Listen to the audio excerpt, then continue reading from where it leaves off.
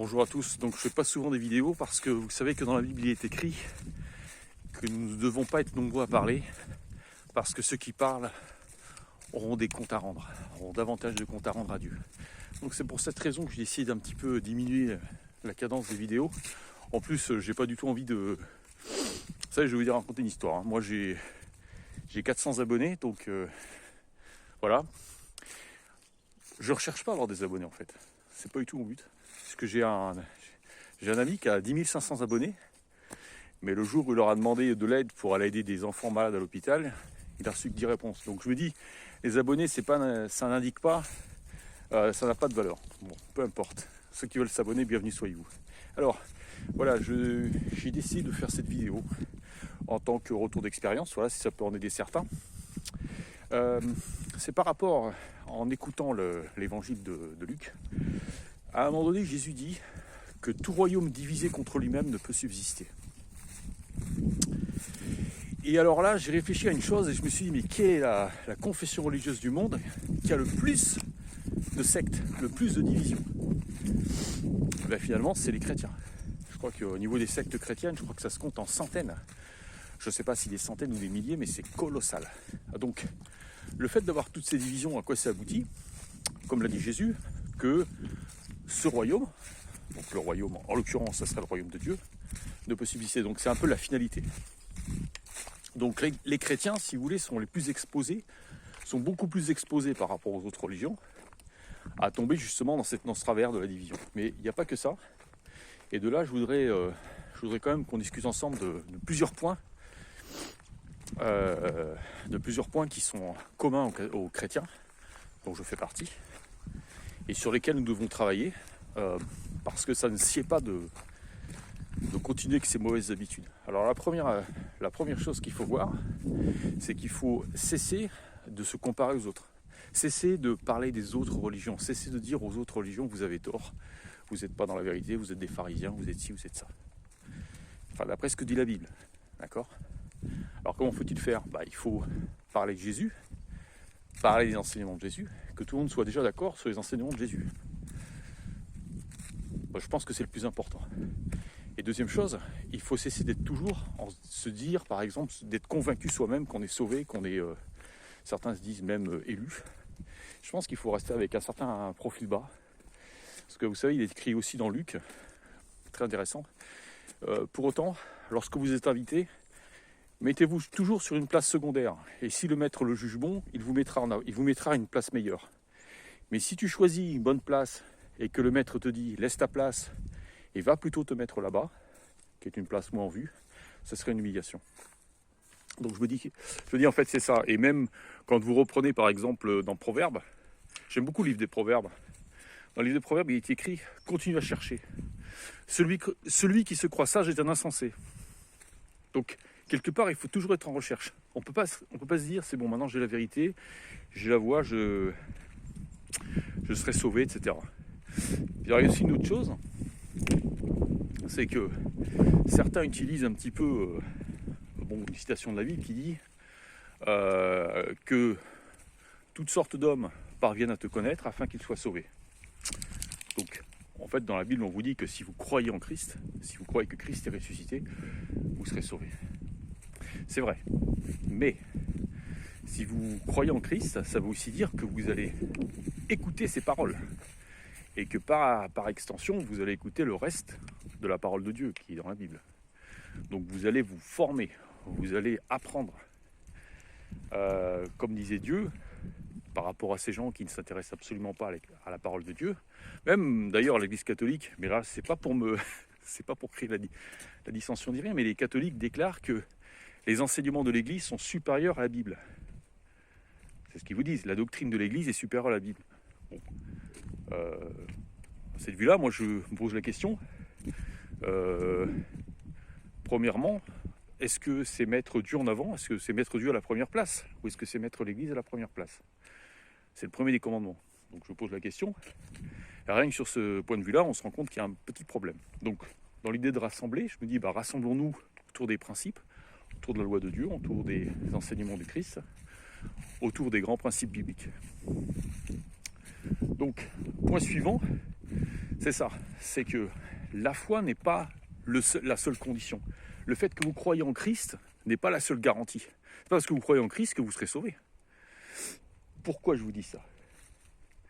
Est-ce que vous vous souvenez de la parabole de Jésus, du maître qui avait donné à chacun un talent, à chacun de ses serviteurs, un talent. Et il est parti en voyage, à son retour, il leur a demandé, alors qu'avez-vous fait de votre talent? Alors il y en a un qui avait gagné une certaine quantité, l'autre qui avait gagné un peu moins, et l'autre qui avait gagné encore un peu moins. Et puis le dernier, je crois qu'il n'avait rien gagné du tout, il l'avait enterré, il s'était dit, voilà, tu es un maître exigeant, j'ai préféré garder ça dans mon champ. Alors il y a beaucoup qui font ça. C'est quoi, enterrer un talent? C'est quand vous avez la foi, quand vous croyez en Christ, mais que vous le cachez. Vous cachez parce que vous avez peur, parce qu'on a peur. Ça peut arriver à n'importe qui. On a peur, alors on ne le dit pas. On ne parle pas de Jésus. On ne le proclame pas. On a honte de sa foi. Ou alors, ça peut être ça, ou ça peut aussi être se dire, bon, voilà, j'ai la foi, donc, mais je ne vais pas trop me risquer à faire des belles œuvres, parce que, voilà, c'est pas un acte, si vous voulez, louable aux yeux de Dieu. Et il est aussi écrit dans la Bible, et ça je vous mets en garde là-dessus, que tous les lâches, et, parmi il y aura les menteurs, et tous les lâches seront condamnés par Dieu. Les lâches n'auront pas la vie éternelle. Et malheureusement, c'est le problème à l'heure actuelle, c'est que les chrétiens, moi je suis, si vous voulez, dans l'idée que il faut bien discerner les choses. On peut être chrétien, mais on peut avoir de la combativité. Je ne dis pas qu'il faut aller faire les croisades, parce que là, c'est pas l'idée d'aller faire les croisades, mais la combativité, c'est de se dire, voilà, je suis chrétien, mais je vais pas avoir peur de le dire. Il ne faut pas avoir peur de dire que vous êtes chrétien. Vous savez, croire en Jésus, c'est pas du tout une tare, au contraire. Moi, ce que je disais à ma femme hier, c'est que les gens se moquent de vous quand vous parlez de Jésus, mais à contrario, eux, ils croient en rien, mais par contre, ils ont une misère humaine qui leur colle à la peau. Ils sont déprimés, ils sont perdus, ils sont désorientés, ils ne savent pas comment faire, ils sont complètement hébétés dans la vie. Mais vous leur parlez de Christ, qui représente l'espoir, ils rigolent, ils se moquent de vous. Donc, juste pour information, tous les moqueurs sont également condamnés. C'est écrit dans les Écritures. Hein. Donc, déjà, ne pas avoir peur de ses convictions. N'ayez pas peur de parler de Jésus. Vous parlez d'un être le plus sensé qui soit. C'est la sagesse même. Comme Jésus disait, même Salomon qui a écrit le livre des Proverbes, Jésus disait également, et voici, il y a ici plus que Salomon, en parlant de lui-même. Donc n'ayez pas peur de parler. N'ayez pas peur de vous défendre aussi. N'ayez pas peur de vous défendre. Défendre sa maison, c'est pas un péché. Vous avez le droit de défendre votre famille. Si sous la persécution vous dites oui, faites ce que vous voulez à ma famille, non, vous devez faire tout pour votre famille.